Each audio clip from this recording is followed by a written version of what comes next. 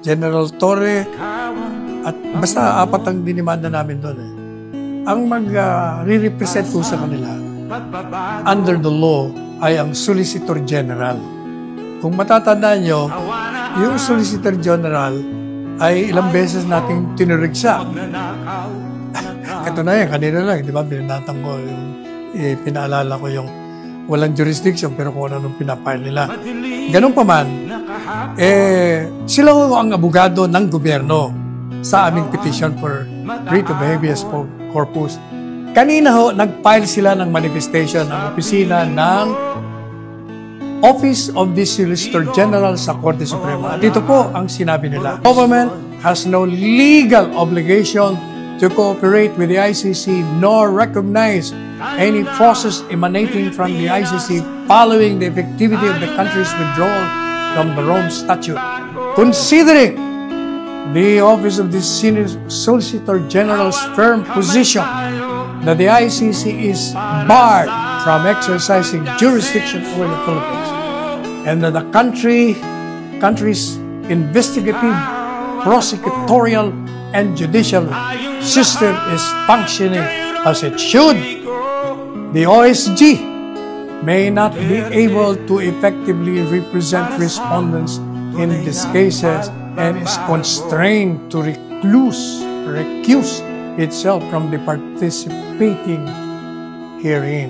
At ang prayer po nila, wherefore the OSG most respectfully prays that its manifestation of recusal in the above caption consolidated petitions be noted and or favorably considered. Ano pong ibig sabihin ng manifestasyon ng OSG? Ibig kong sabihin, the Office of the Solicitor General is in agreement with our position in the petition for a writ of habeas corpus na yung ICC ay walang jurisdiction. Kaya hindi raw nila pwedeng ipagtanggol, katawanin, irepresenta yung mga respondents, mga opisyalis ng gobyerno, ni Lucas Bersamin, ni PNP Chief Marbil, ni General Torres, ni Secretary Rimulya. Hindi ho nila i-represent, ayaw nila. Ayon sa kanila, kasi mulat sa poll, ang aming mga pahayag, internally, publicly, sa lahat, pati na sa ICC, ay sinabi namin walang jurisdiction ang ICC. Kaya consistent with that, hindi po pwede kaming mag-represent dito sa respondents kasi hindi na kami makaka-epektibong mag-depensa sa kanila kasi kontra na sa aming posisyon. Anong ibig sabihin? Ibig sabihin, inaamin ng gobyernong ito na galing mismo sa abogado ng gobyerno kasi ang Solicitor General abogado ng gobyerno na talagang walang jurisdiction. Ibig sabihin, inaamin nila na illegal, unconstitutional ang ginawang pag-aresto, pagdetini at pagkidnap kay Presidente Duterte. Sir, ito may naglabas po ng mensahe ngayon. Isang senador, sahin ko yung pahayag niya. As Chair of the Senate Committee on Foreign Relations, I'm calling for an urgent investigation into the arrest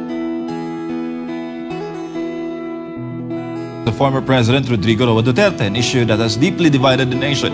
It is imperative to establish whether due process was followed and to ensure that his legal rights were not upheld but protected, especially given in the involvement of the ICC and the International Criminal Police Organization, Interpol. To shed light on the matter, inviting key officials and agencies, including officials from the PNP, OTS, DOTR, DOJ, DFA, NSC at CAAP, and other resource persons and witnesses. The Senate must address these critical concerns to uphold the country's jurisdiction and to clarify policies governing our law enforcement agencies and their engagement with international tribunals. Our sovereignty and legal processes must remain paramount. Senator Amy Marcos. Naku! Balat kayo pala ang buhay sa mundo. Alam mo, ha? Napaka-hipokrito mo. Dapat, nung nagsisimula pa lang, binibira mo na ng binibira yan. Pero anong ginawa mo? Nagkandara pa ka na maging party ka ng bahagi ng alyansa. Ngayon ka lamang nagsasalita. At saka, alam po ninyo, mawalang galang na sa iyo, ha? Hindi mo na kailangan mag-imbestiga sapagkat lantaran. Kung baga, kitang-kita mo na yung ebidensya. Ano pang i-imbestiga mo? Illegal nga eh. Kitang-kita mo yung illegal na ginawa nila. Alam mo rin na walang jurisdiction. Ha? Hindi ka abogada, pero nagtapos ka ng abogasiya. Kaya alam mo yun. Oh, bakit hindi mo binira ng binira? Ano bang imbestiga? Wala na yung investigation. Kaya tapos na nga eh. Kitang-kita na nga. Kaya nga nagpunta na sa Korte Suprema eh. Ha? Dapat sumama ka na lang. O ikaw, nag-file ka ng petition sa Korte Suprema sapagkat ang Korte Suprema, ang huling bulwark of democracy. Walang maaasahan sa inyo. Kaya nga pinapa-abolish na kayo. Isang anak sa sinapit na kanyang ama na dating presidente ng Pilipinas. Natural lamang po yan. Kahit sinong anak ay ganyan ang sasabihin. At yung mga sinasabi niya naman may batayang legal. Gaya ng pinaliwanag ko na sa inyo kanina. Kaya dapat talaga ang taong bayan, alam po ninyo, yung petition for a writ of habeas corpus, ngayong araw nito, sasagutin ng gobyerno. Meron po silang, ngayong alas 8 ng umaga, kailangan mag-file na sila. Sapagkat under the rules, ilalim ng rules ng Korte Suprema, kung natanggap mo yung petisyon during a weekend, natanggap nila Sabado eh. Kailangan i-file mo yan first thing dun sa Monday. Kaya magpapile sila at ang Korte Suprema ang magbibigay, siyempre pag-aaralan, na magbibigay silang desisyon. Kami po ay naniniwala na malakas ang kaso ng Presidente Duterte. Gaya ng inilatag natin kanina. Kasi kahit saan nyo tingnan, wala akong pwede, no, kahit na ano pang kabalbala ng pinagsasabi nila. Ang katotohanan dyan, kaya nang sinasabi kong paulit-ulit, hindi lamang legal na pinag-uusapan dito. Political ito kasi talagang gusto nilang sirain ang dalawa. Dahil ang pinakamalakas na kandidato sa Panguluhan sa 2028 ay si Inday Sara. At ang pinakamalakas din na susuporta sa kanya na may milyon-milyong supporters ay si Presidente Duterte. Kaya kailangan talagang ma-eliminate siya. Yan o talaga ang katotohanan yan. Political. Kaya tingnan nyo. Hindi ba, inumpisa nila sa congressional hearing. Siniraan nila na siniraan. Yung pondo. Kahit na walang batayan yun. Kung ano-ano sinasabi nila. Kasi yung mga tumanggap ng pera ng confidential funds, mga fictitious, natural, fictitious. Sapagkat hindi mo maaaring ipakita yung mga source, yung mga informants mo, kasi papatayin yung mga yan. Kasi ginagamit yung confidential funds sa kalaban ng Estado.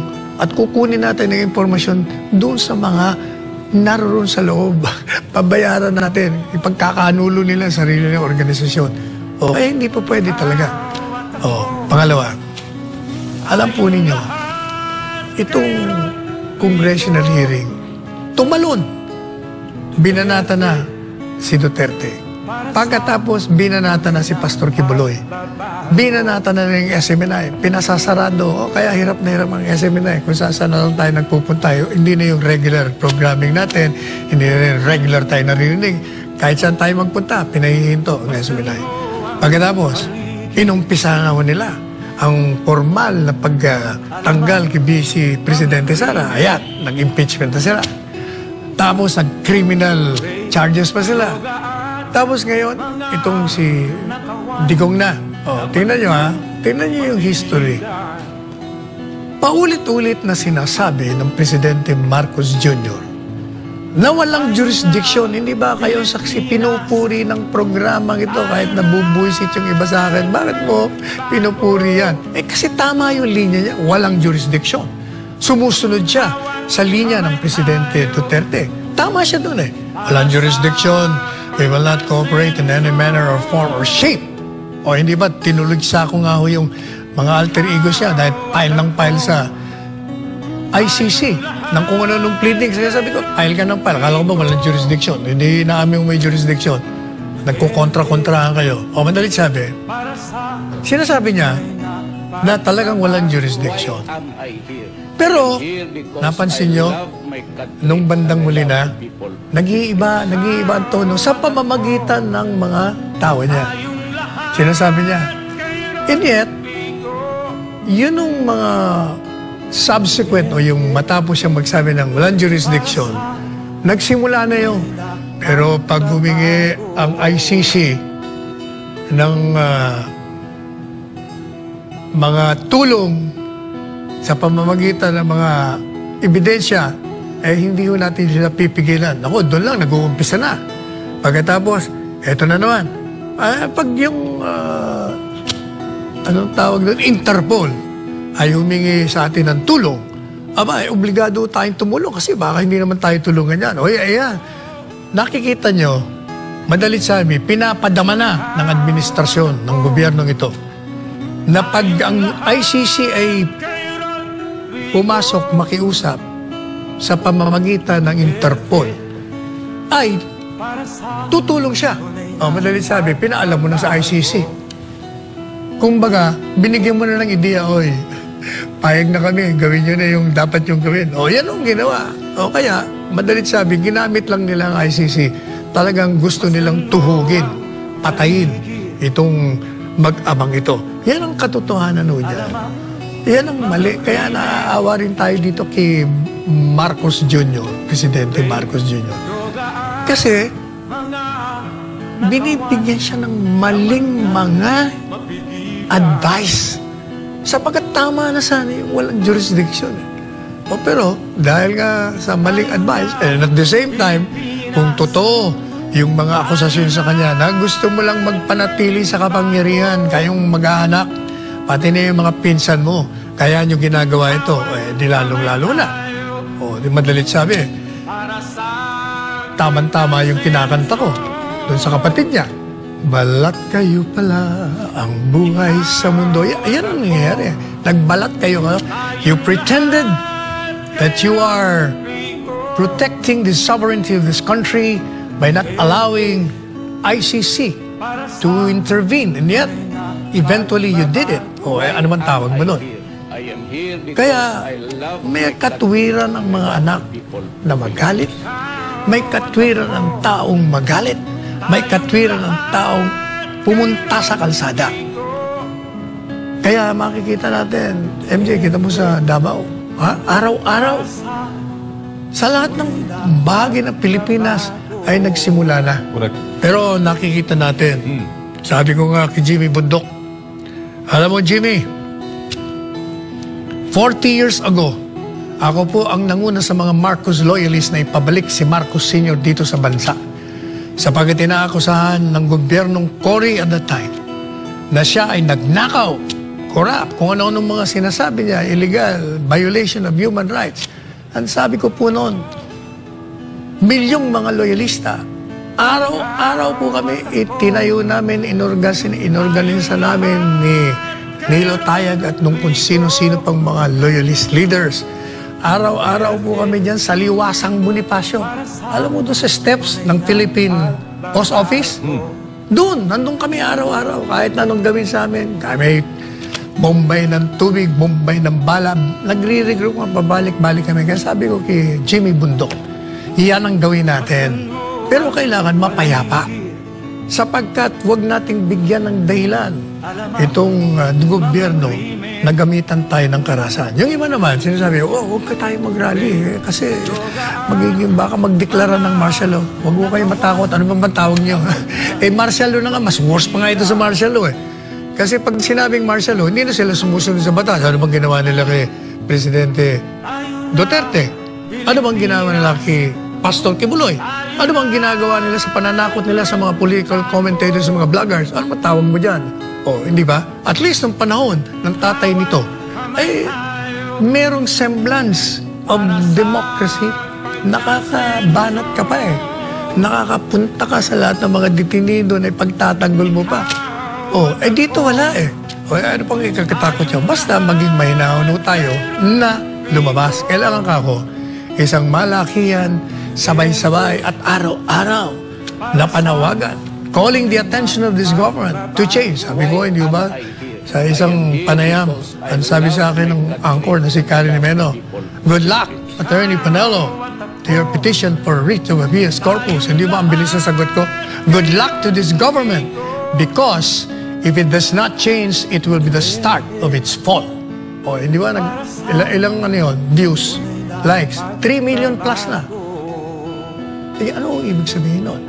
Ibig sabihin, yung mga nakarinig nun, nakapanood, nag-a-agree sila na kailangan ng gobyernong ito'y makinig po kayo sapagkat hindi po pwedeng mauupo na lang ang taong bayan at manunod sa inyo na walang ginagawa. Pinakita na sa inyo sa panahon ng tatay po ninyo, Mr. President, na pinalayas siya dahil ang taong bayan nagalit. Sa panahon ni Erap, ganun din ang nangyari. Hindi na ba kayo natuto? Ang ganda-ganda, nagkaroon kayo ng political capital. Di ba, sa lahat ng mga pahayag ko, lahat ng articles ko, sinasabi ko, you have resurrected the name of the Marcos. Ang ganda. Ituloy-tuloy mo na yan. Naku, sinira mo. Ayan na naman ho tayo. Deja vu na naman tayo. Babalik na naman tayo. Kaya kailangan iparamdam mo natin. Alam nyo, hindi ho madadala ito sa iyakan. Hindi ho ito madadala sa banat tayo ng banat sa social media, sa text, sa chat.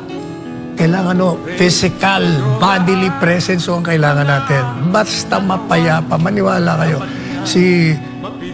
Tanda mo si Gandhi? Ha? Si Mahatma, milyon-milyon ang kalaban niya. Naupo lang siya, wala ba? Kahit anong gawin sa kanya. Hindi ba nagtagumpay siya? Hindi ba yung EDSA Revolution, mapayapa din yan? Wala akong karahasan doon. Ha? Walang karahasan ng EDSA Revolution. Pero, ano nangyari? Hindi ba napatalsik? Kaya ganun ang gawin natin. But we're hoping na hindi na tayo abot doon.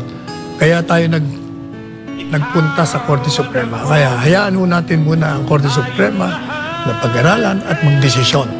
At kung ano man ang desisyon nito, nasa taong bayan na. Kasi, tandaan natin, MJ, Yes, sir. ang gobyerno ay nilikha ng taong bayan.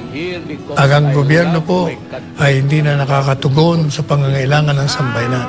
Kung ang gobyerno nilikha ng taong bayan, ang siyang lumalaban sa batas, sa saligang batas na nilikha ng taong bayan na naghalal sa kanila, hindi po ba? Lohika, sentido komon ang magsasabi sa atin na ang may kapangyarihan, kaya nga sinasabi sa ligang batas all authority emanates from the sovereign authority. Lahat ng kapangyarihan ay nanggagaling sa taong bayan. Kaya may kapangyarihan ng taong bayan na tanggalin ang gobyerno. Saan? Papanong paraan? Sa mapayapang paraan. Unang-una, sa pamamagitan ng eleksyon. Kung hindi mo madala sa eleksyon, sa pamamagitan ng ginawa sa pagpapatalsik ng dalawang pangulo ng bansa. Mapayapa. Basta mapayapa kasi ang sambayanan talaga ang makapangyarihan. Yan ang dapat nating gawin. Speaking of Supreme Court, sinabi po attorney ng isang law professor, and I quote, "Even if the Philippine Supreme Court were to rule that former President Duterte should be returned to the Philippines, I believe the International Criminal Court will not even listen to that ruling. When there is a conflict between international law, jurisdiction over crimes against humanity, and local law, or the Philippine jurisdiction, international law prevails." Sabi po ito ni Attorney Mel Santamaria, dati pong dean ng FEU. Hoy Mel, bumalik ka sa law school. Mali ka. International law can never prevail over domestic laws. That's very basic. Kahit the first year law student, alam yan. Ang international law, pag yan ay nag-conflict sa ating batas, hindi po pwede. Kaya nga hindi ba mismo yung sinabi ko kanina, yung provision ng ICC? Sinasabi nila, bago natin ma-arrest, punta muna kayo sa local court. At yun din ang sinasabi ng ating batas, ang extradition law at sentido komon. Bakit tayo magpapasa ilalim? Ha, Mel? Ikaw naman, Mel. Akala ko pa naman magaling ka. Sus Maria Josep ka naman. Bakit tayo magpapasa ilalim sa dayuhan? Ang dayuhan. Dayuhan. Kaya nga tayo may sariling sistema legal. Kaya nga tayo may sariling saligang batas eh. Bakit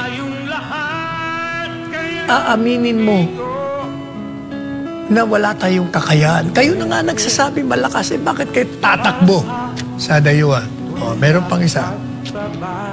Ang sabi ng kaibigan ko rin, si Neri, abogado ng kabila rin.